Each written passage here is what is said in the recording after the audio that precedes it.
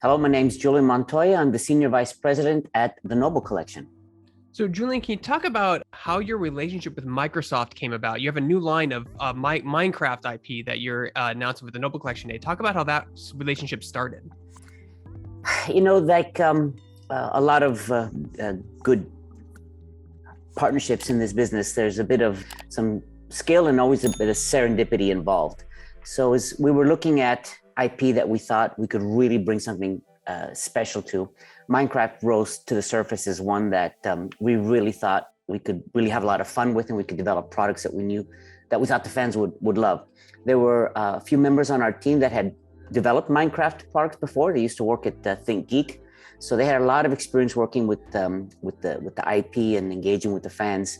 So we reached out to the Microsoft team and struck a bit of luck in that one of their senior executives used to work with me in my previous job at Warner Consumer Products, and he was very familiar with the Noble Collection and their products. He has some of our items he owns personally, so he knew what we could do from a quality standpoint, and knew how our experience dealing with these IPs that have very informed, very passionate fandoms. So he thought it would be a good fit as well. So after a couple of discussions in terms of what we thought we could do and what we could bring to the table, what they thought we could bring to the table, we came to an agreement and closed the deal to start working together. And that was a few months ago now, and work has really been progressing beautifully, and we're looking forward to getting our first products out probably in the first half of next year is when you'll see some of the first items. Now, is this the first time Noble Collection has been around for a long time, and you guys usually are really good at like movie and TV licensing. Is this the first time you've done like video game IP? Have you done it in the past? We've done some stuff based on some of the WB IPs, like the Batman video games, but in terms of a property that is where the DNA really is in video gaming, it's the first one we've really gone into in this way, which presents some great creative challenges for us that we've had fun working through. Can you talk about some, if you're allowed to talk about, what are some of the Minecraft products you'll be releasing next year that are currently in development? Well, the ones that we've announced is a chess set. We're very well known for the chess sets that we've done. We put a lot of time and effort into those, and the fans and collectors really like those. So we've got a Minecraft chess set that's coming out, and we're also doing, we're also known for our prop replicas, as you noted. So we're actually doing prop replicas of the items and some of the key tools and elements within the game, but we're bringing them into the real world. So it's a very unique, creative approach. The team at Microsoft and over at Mojang have been really, really helpful and insightful in helping us craft what would this look like? What would a Minecraft sword look like in the real world if you had one? And determining what's the right materials to bring to life for collectors and fans. Yeah, I don't think people understand how much effort and process goes into design and production. It's a whole process. It's not just, hey, we want to make this thing, right. Let's take the model and print it out. No, you have to find distributors, you have to find mold makers, you have to where do you do all your mold injections and stuff? Is it China? Is that where you do all your? Well, we do all development in-house. We've got our own sculptors. We've got a top-notch creative team that works with the team at Microsoft on every element of it. As you pointed out, it's quite a process that actually begins on just with the line architecture. What are the different items we want to do? Roughly, what are the price points going to be? How many of each item? When do we bring them out? And once you line on that, then you start getting to work on designing the pieces. So as I said, we do all of our own design work here. Our offices are in Virginia, just outside of Washington, D.C. And then all the sculpting, we do it with our in-house sculptors. And then the manufacturing takes place in Asia. There's factories in China, but there's also the factories in Vietnam that we work with as well. That's interesting. Yeah. For people who are unfamiliar with that, yeah, a lot of the injection molding and everything happens in Asia. They know how to do it very well and at a reasonable cost. That's why so many people go there for their injection molding. There's a reason it's not done here. It's because it's really expensive to do it here. Well, and there's different skill sets in terms of different materials as well. So, if you look at what we do, some of our props are made out of wood. We have some, and wood is a very difficult material. Your to work Jumanji with. board is like made out of a type of wood, I believe, that you did your replica, The right? Jumanji board is there's a resin, but we have, for example, a replica of Lucius Malfoy's cane, which has the wand is in the cane. The cane itself is wood, and then the wand goes inside that piece. So the wand is probably the wood that people most know us for on that piece. Now, you guys, I mean, you've talked about Warner Brothers a lot. Of, like, you guys are known for the Harry Potter stuff. You guys just did a bunch of Jurassic Park stuff this year as well. But like, how does this start at inception? Like, does Microsoft come to you? Do you go to Microsoft? Is it like, how casual is it, and who approaches who to start a project like this? I mean, it depends on the IP and the company. So, sometimes we have people come to us and say, we'd love for you guys to do this. Everyone wants an $800 pewter chess set, but there's, you'll sell dozens, unfortunately. There are dozens of us. There are dozens of them that want them, yeah. So, but, and then there's other times where we reach out to the licensors to say, we think this would be, a great, I think we can bring something to the IP here. One thing that is important to all of us at the Noble Collection is we do really care about the properties that we're working on, because it is a very immersive process in developing these things and bringing them to market. And you really, when you look at people who are familiar with our products, can sense that we put a lot of ourselves into these pieces. So you want to make sure that, yes, it's something that makes sense from a business perspective, but it's also going to be something that you can get excited about and pour your passion into, because ultimately we know that the fans and the collectors can sense it. They see it in the product. They don't want to think that it's just somebody making business decisions on a spreadsheet that says, I can make money doing this. Not at our price points, not with these products. People are, making a very careful decision to bring into their collection or into their homes or onto their displays. I can assure them that the Noble team loves these properties. In some cases, as much as some of the most hardcore fans do. I mean, obviously, when you guys do your Warner Brothers license stuff, you guys look at the props, and some of the occasions, if you have the budget for it, you do like full 3D scans. Other times, you just try to mimic what you have from production photos. When you're working with a video game, specifically like Minecraft, are you able to use the 3D models that is already in the game as kind of like a point of reference to start? Well, I mean, it's a start, but keep in mind, our pieces are meant to look like, what would they look like in the real world? Because as far as replicas of what they look like in game, there's very good pieces out there already from companies like Mattel and others that you can get. Ours aren't meant to be that. Ours aren't ours, for example, our sword is something that you would either display in the cabinet or mount on the wall if you like. But it's the in-game reference is the starting point. But then it's really working with the team at Mojang and Microsoft to say, here's what it would look like rendered in 3D and in the real world as a collector that we would bring to the market. How long does a process, specifically for the Minecraft, does it talk when you have like, okay, we're going to make, like you mentioned the sword, we're going to make a sword. Like when you both agree on what you're going to make, what's the timeline like from start to finish, from inception design all the way to we'll stop at the prototype when you have a prototype for them to look at? It could take, it's not unheard of for a product to take over a year to design, to get to the point where you can start manufacturing. A year and a half isn't unheard of. It's just a time-consuming process in terms of first getting alignment on the product itself, then you do the 2D concepts for approval, then you start going to the sculpting stage, then you have to go to the paint master stage, and then the packaging has to get worked out and approved. It's as I noted, it's a very time-consuming process. So, but ultimately, I think the results are evident in the product that we bring to the market. I mean, it's a digital age now with like Blender and Maya and Unreal and all these 3D sculpting programs. Do you have any traditional sculptors on your staff that actually work in sulfur clay? Well, keep in mind the digital aspect. That's just a tool. They're all trained as sculptors. Anyone who can sculpt digitally can also sculpt sculpting in clay.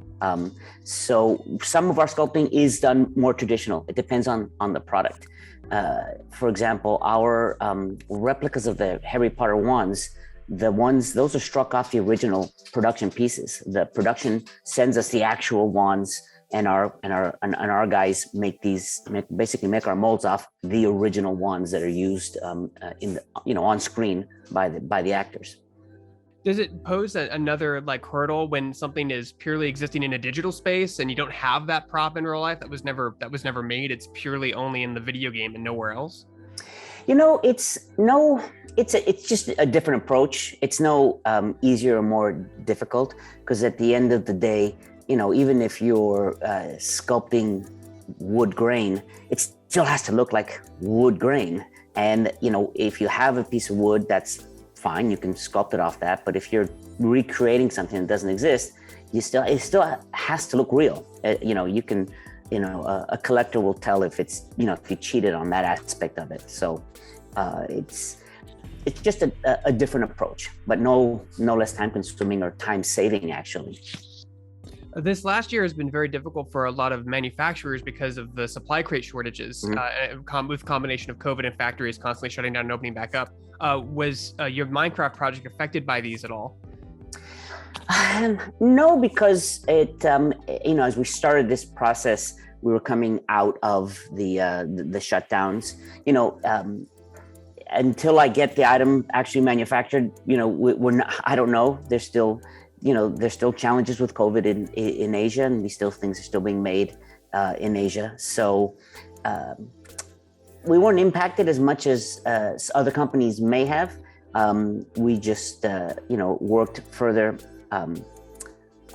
looked further downfield as to what was coming up, and made some business decisions to anticipate some potential problems on the logistics chain to allow us to be able to have products for retailers and collectors on hand.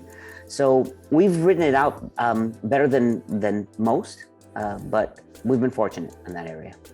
What do you think is the biggest misconception from a consumer standpoint when you make a product like a Minecraft sword or a Harry Potter wand? What do you think from a consumer standpoint is the biggest misunderstanding or unawareness of a customer when you make a product and release it to the public? I think it's what you talked about earlier. How much time and effort goes into every single piece would probably surprise a lot of people if they know that piece that they just bought at the store, someone started working on it maybe potentially 2 years ago, and even once it gets manufactured, it's got to ship over from Asia. Unless you're going to incur the cost of air shipping, it's going to be on the water for months before it gets to the shelves. So just the amount of time that goes into every piece, I think, would surprise a lot of people. And just because I'm curious with the licensing, you don't have to go into specific details, but is it like a flat upfront cost to license it, or is it a percentage of each unit sold? Like, how does that work from an IP? Like, we'll use Microsoft and Minecraft, for example. Like, how does it work? Like, what do they get out of this when they give you their IP? Well, traditional licensing relationships are, you build a forecast, you say what you think you could do, and then you pay a royalty off every unit that they sell. That we sell, whether it's Minecraft or, Harry Potter or Star Trek or SpongeBob, every piece that you sell, you pay a royalty to the licensor. Fair, they invest millions of dollars in creating this IP, and that's one of the ways they monetize is through the collectibles and other merchandise, obviously. You mentioned that sometimes consumers ask for things like, computer chess sets, and you're like, well, right. Last year we only sold 3. Let's not dump millions of dollars into R&D to make another one. Like, when do you get that information back to make those types of decisions? How do you separate, I guess, the noise from the actual data that you have that no one else can see? Well, a lot of it is just the experience. The Noble Collection has been around well over almost 25 years now. So we've been making different products across different IP, over the years. So we get a good feel for what price points work, what collectors are looking for. We also pay very close attention to what's happening in the collector space, who's doing some great product, who's coming up that people are starting to notice, what are the price points, just to make sure we get the right fit out there. But a lot of it has to do with the experience. And then sometimes it's just, you do go with your gut. You think, you know what, I think this piece is absolutely something fans will love. Let's go with it. And some pieces that we do if you're building an overall program, maybe you're not going to sell that many of them, but they're great for the overall efforts you're doing with the franchise, and it helps support, the plans that you have to help build the franchise and support the licensor. Is it similar to like, a good example is like kind of the car industry, because I'm a little familiar with that, where like every car has like their flagship racing car, and they may not sell a lot of them, but it's there just to make it look pretty in the showroom or show what they're capable of to investors and collectors, even if they're not into whatever you made. You're just like, hey, we made this really cool, like Throne, look, we did with this stuff, that kind of stuff. Yeah, that's important. And using the car industry as an example, all these concept cars you see at car shows, they spent inordinate amount of money creating those cars. They're never going to see the light of day, but it's about showing this is what we can do. In our cases, there are items within our line that are, like grail items for collectors. And we might not sell a lot, but we know the fans love it. It helps build that relationship with the Noble collection, and it helps support the overall franchise. So like, what's next if this Minecraft partnership performs well and sells very well? Will we see even more video game IP down the line? Like you said, we just talked about, showing what other people you can do. Will this attract maybe other video game companies like, Bungie or Activision or Blizzard to say, hey, look what we can do. We can help you out. Right now we're just having a lot of fun getting this one off and going. It's important to get this one right for us, because we do believe that we can bring something really exciting and new and fresh for the Minecraft player and collector. And getting it right is very important to us. So this is the real focus for us. Down the road, this has been a wonderful experience. I can say that I think we would love to maybe take this approach with some other IP. It has to be a good fit for us, in terms of what we want to do and how we want to build the business. And can we bring something to the table that the licensors would want to see their IP, working with us. So yeah, it's been a lot of fun working on this as our first real property that is lives primarily in the digital space. So it could open some other opportunities for us down the road. It's interesting how when you work with IP holders, specifically big corporations like Universal and Warner Brothers, there's a sense of trust, and you guys have been doing stuff for them for years. Like you mentioned that you're over 20 years old. I remember seeing Noble Collection stuff on airplanes, and that was where they were in the magazines on airplanes before the internet, kids. Before the internet, that was the only way you'd be able to find that stuff, was in little magazines. Correct. But it's come so far, and you guys have a great website. And talk about where people can go to find out more information about this Minecraft project and where they can find updates, your Twitter page, if you have a Discord, a website, that stuff. Well, for Minecraft, there's still nothing we'll be able to show anybody yet, but we expect to have some stuff that we can show at Toy Fair New York, upcoming here in February. We're going to be at New York Comic Con, so we're just trying to figure out if there's anything we can have as a tease potentially. Can't promise anything, but would love to have some kind of tease for New York Comic Con. And then we're obviously the Noble Collection. I'm sorry, it's just noblecollection.com. We've got an Instagram page as well, Noble Collection. There folks can see the products that we have coming out.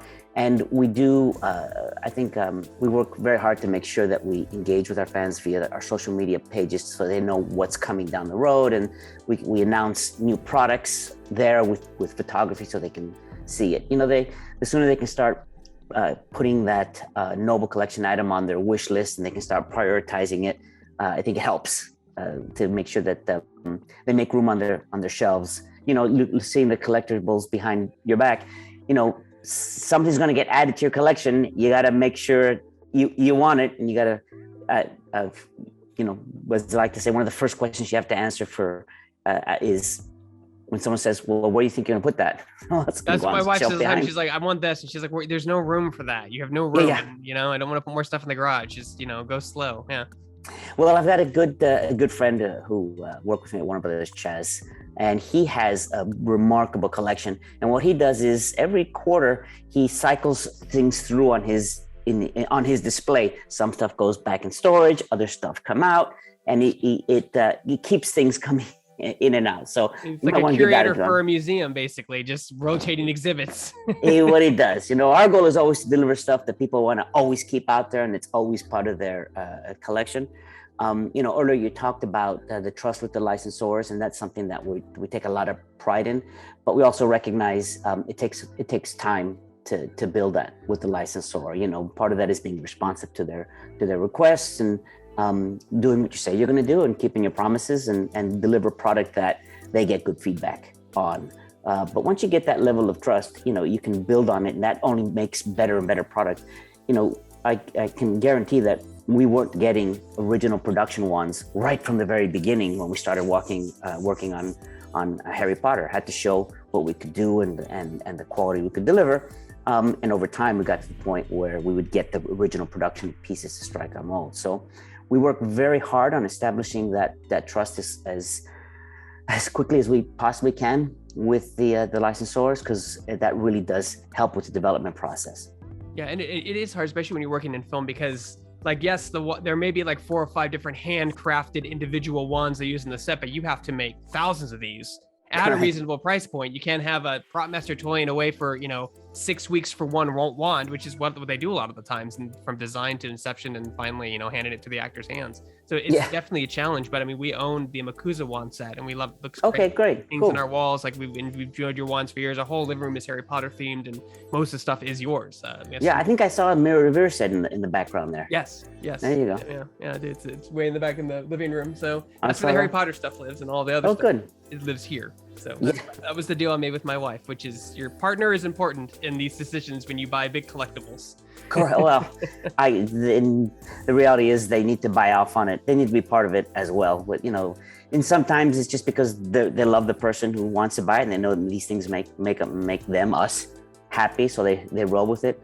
I've got plenty of pieces that my wife's not a particular Firefly fan, but I've got the Serenity here, and she knows it makes me happy, so it's okay. Make sure the fans follow us on our Instagram to stay up to date on the latest information of what's coming on. And whatever you think our products are going to look like, we hope to surprise you and make them very happy when they do see it. Preferably give you that piece that you insist needs to be added to your collection and has to stay up and won't be cycled through if you're cycling collectibles through your displays. Right.